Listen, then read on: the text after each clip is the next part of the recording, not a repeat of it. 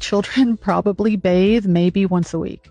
Can you talk to him about this? And they don't use... Michael's a fourth Japanese. He thinks they have to bathe every day. Can you... One time we had somebody on and they were talking about this, and when the clip went viral and they said we were abusing people, I was like... Oh, Lord. They said something about privilege, too. I was like, what? I didn't know how that works. No, I said that I did delayed bathing with both my kids. After they were born. That's because... Why would you need to... Why are they dirty? Talk to us about how you only bathe your kids once a week. I want to know more about that. Well, first off, I just let my kids do what they want to do. I have 4 children. I'm not going to fight with my kids over little stupid things like bathing. Agreed. What's the age gap again? Almost 10, 7, 5, and 2. Woo, you're in it. Yeah. So you don't make them bathe every day. You'll just do when they want to once a week. If it's once a week, right, you know, like now they swim. We have a pool and they swim in the summer. So I guess we call that bathing. So it's probably even less than that, you know, but no, we tell it like our kids have autonomy over their bodies and their rooms, assuming, you know, and they can make all the choices around that, assuming they're safe. In the modern world, we like to have our bowl of cereal, don't we? This is a primal version of your bowl of cereal. I got my testicles in farm fresh milk from Liver King Ranch. The most feared warriors, the Maasai. What they get down on is milk, meat, and blood. And they are expressing a higher, more dominant form. If you still want your primal cereal to taste like Cocoa Pebbles at the end, put a little bit of whole beef in with your testicles. Make sure you peel back the membrane on the testicle. You can use a spoon if you want, but God gave you the hands for a reason. And go to town.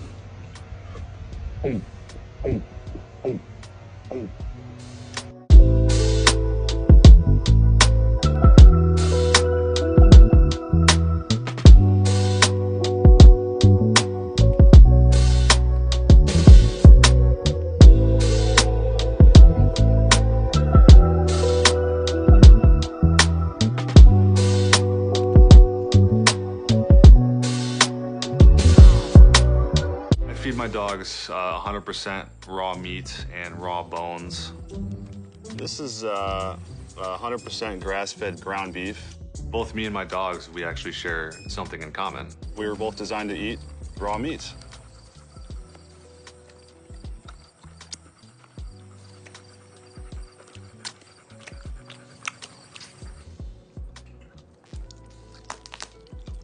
I am addicted to eating raw meat. Delicious, man. This steak was fed a little bit of grain, a little bit of corn, so you can taste sort of the sweetness in the steak. It's basically like very squishy in my mouth, and since it's raw, it just kind of just slides down your throat. You don't really have to chew it up that much. It's a very good feeling. It's almost it's borderline euphoric. It can feel like very primal. After I eat it, I get this urge to just kind of like howl like a wolf, you know, just like, you know?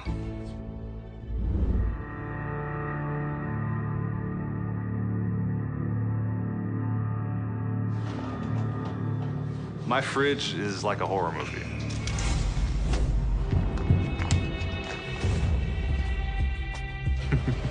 Yes, here is a local raw pastured chicken. I source my meat from a few different places locally here, local farmers and ranchers.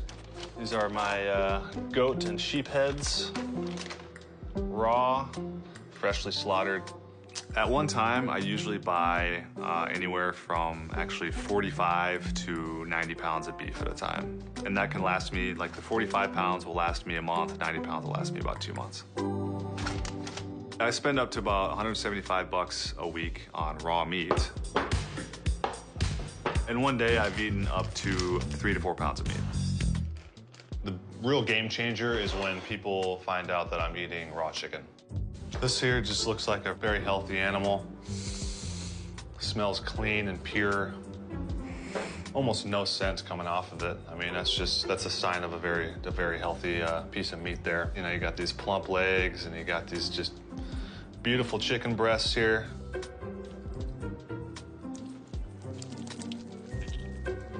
In 4 years, I've eaten about 100 raw chickens and I've never been sick once.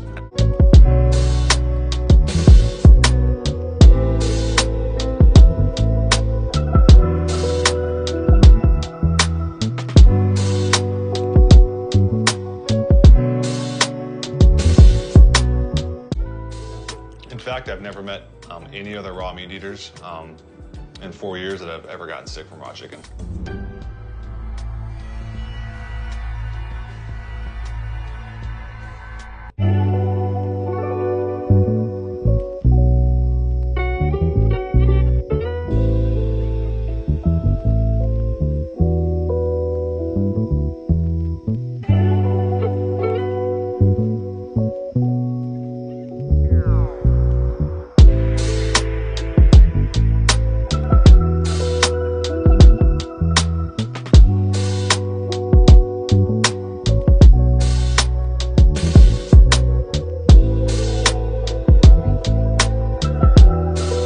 To a shocking case out of West Virginia where a couple is facing charges after some of their adopted children were found locked in a shed living in deplorable conditions. Lance and Whitefeather kept motion-activated Arlo cameras on the children, one in the shed on the 14-year-old boy and 16-year-old girl, and one in a room upstairs with no bed, only a tarp floor that stayed on the 9-year-old girl and 11-year-old boy. The video showed a daily routine of waking up early and being forced to stand with hands on head, unable to change or shower, receiving only peanut butter sandwiches to eat before going back to bed on the floor.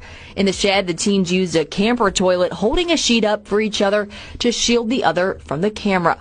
Lieutenant Pyle said she first began hearing about this in August before the shed discovery, but testified could never quite get a hold of a CPS worker to follow up. There was a contact made with a worker once, but there was no further contact to coordinate going and making a visit to the residence together. The jury saw days of video the Arlo camera saved, including the moments deputies busted in the door on the shed on October 2nd.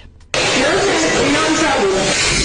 You're okay. The children were turned over to Child Protective Services, and when Lance and Whitefeather got back with two of the children that night, they were later arrested. But that was just the beginning of their charges and the investigation. On Friday, the jury got an inside look at Whitefeather's cell phone.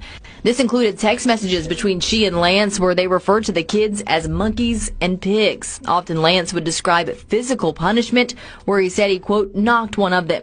We saw one text where Lance said, quote, somebody didn't say thank you, and his sandwiches disappeared. We also saw more video from Whitefeather's phone from their time in Washington that also showed yelling and physical abuse from Lance. A finance expert from the West Virginia Fusion Center, Alyssa Ledbetter, also took the stand on Friday. She broke down the adoption payments Whitefeather and Lance received from Minnesota. She said in total of what they analyzed from 2019 to 2023, the two received about $318,000 in adoption support payments, but she testified this didn't tell the whole story. Well, the assistance began in June of 2018, and I only had from June of 2019 to November of 2023, so altogether we're missing about 18 months. All of this leading up to the most harrowing testimony so far on Friday afternoon from someone who lived it.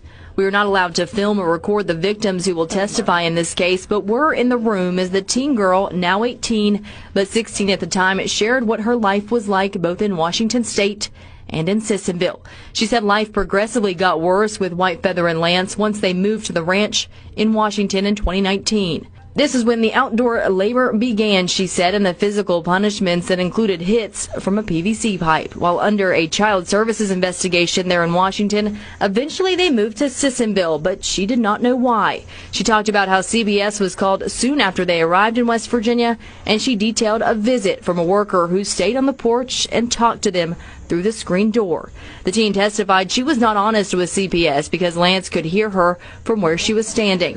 Eventually, she and her teen brother, who has several mental health disorders, were locked in a shed in August of 2023. She said she went without a shower for 2 months and never changed clothes. She went from sleeping on a mattress to the floor with a sleeping bag. Her brother slept on the concrete floor with only cardboard at his head. She said she was forced to be his babysitter, but testified he was never the dangerous, violent kid that Lance and Whitefeather made him out to be. She recalled the use of physical violence, pepper spray, and racial slurs from Lance and Whitefeather. She recalled also being scared when police arrived at the shed, worried that she would say something to upset Whitefeather. Some of her more emotional moments came during cross-examination by Whitefeather's attorney, Mark Plants. At one point, he referred to Whitefeather as her mother, and she quickly corrected corrected him. He questioned why some of her interviews before this contradicted what she said on the stand, but when Tuck asked her why she felt comfortable telling the truth now, she said, "Because I know I won't have to go back to that." God have mercy on your souls, because this court will not.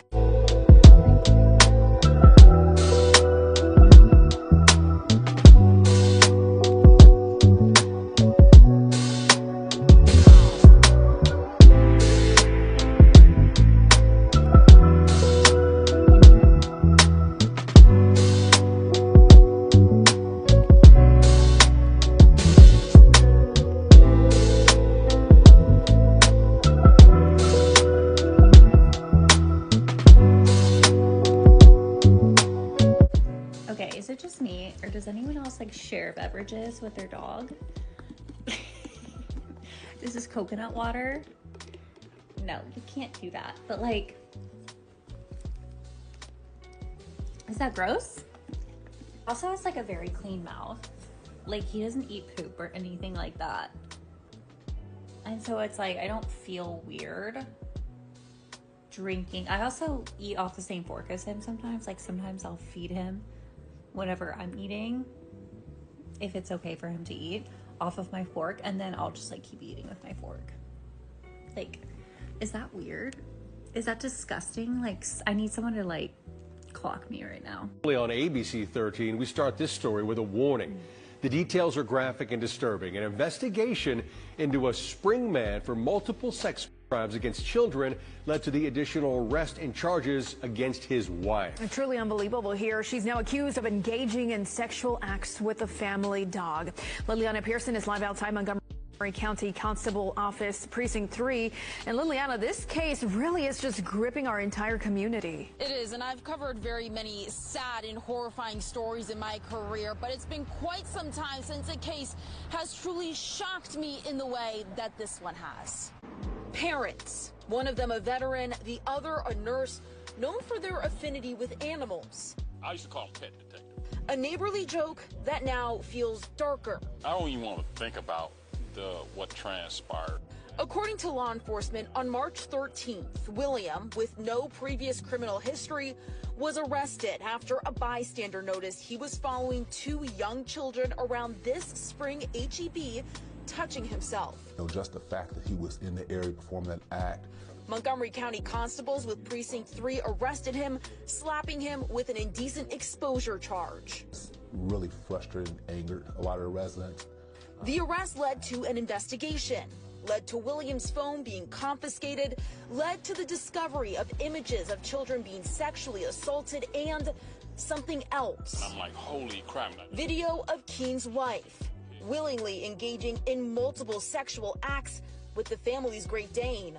It's not normal. Neighbor Anthony Williams captured this video from the 27th. Oh, they are raiding this man's house. Showing law enforcement arresting the Keens, removing 3 dogs and their 2 children. You don't know what type of environment they were exposed to on a regular basis. Maybe they weren't exposed to, maybe they were exposed to tons of things, but neighbors now hoping the peace they once assumed they had will be returned to this spring suburb. And we're told that CPS was alerted, though we were not able to learn if CPS is still in possession of the Keen's 2 children or if those children have been released to family members at this time. Right now, both the Keens still in jail facing felony charges. William for indecency with a child and possession of child pornography. Jolie for bestiality. Hello and welcome to Animal Watch, and this week we're meeting the wolves of Norway.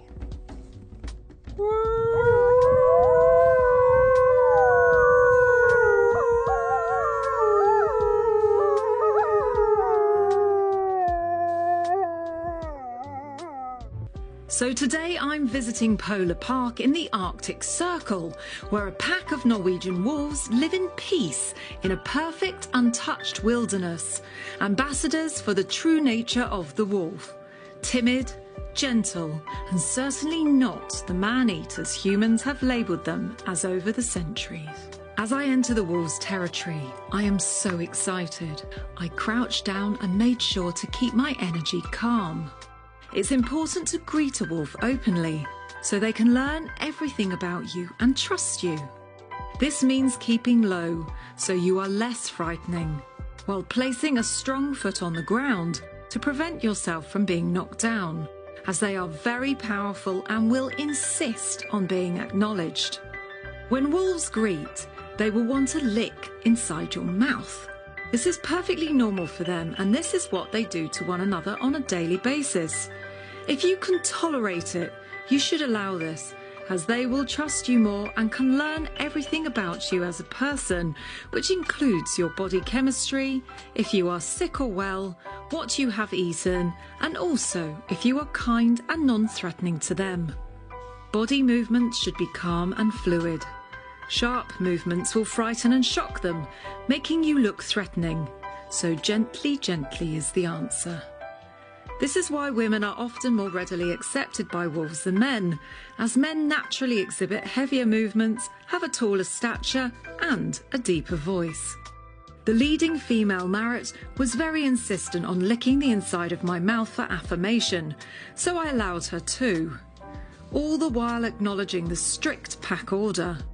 There were lower ranking wolves, and it was important to make sure I greeted the wolves in order of ranking, and make sure to ignore the lower wolves when the leaders approached, which is a little sad, but safer for them, as it means they will be told off far less. Despite Marrett being the leading female, Braga, the large male, was indeed top of the pack, and he had decided that my ear and tummy tickles should be just for him, and was not slow in coming forward with his snarls and piercing stares at Marrett to let her know that he wasn't happy that she was commanding my attention. Have you ever cheated before? Not with another human. What do you mean? I cheated on my boyfriend with his dog. It was a golden retriever. I mean, how did your boyfriend find out? He opened the door and I was in the doggy position with his doggy.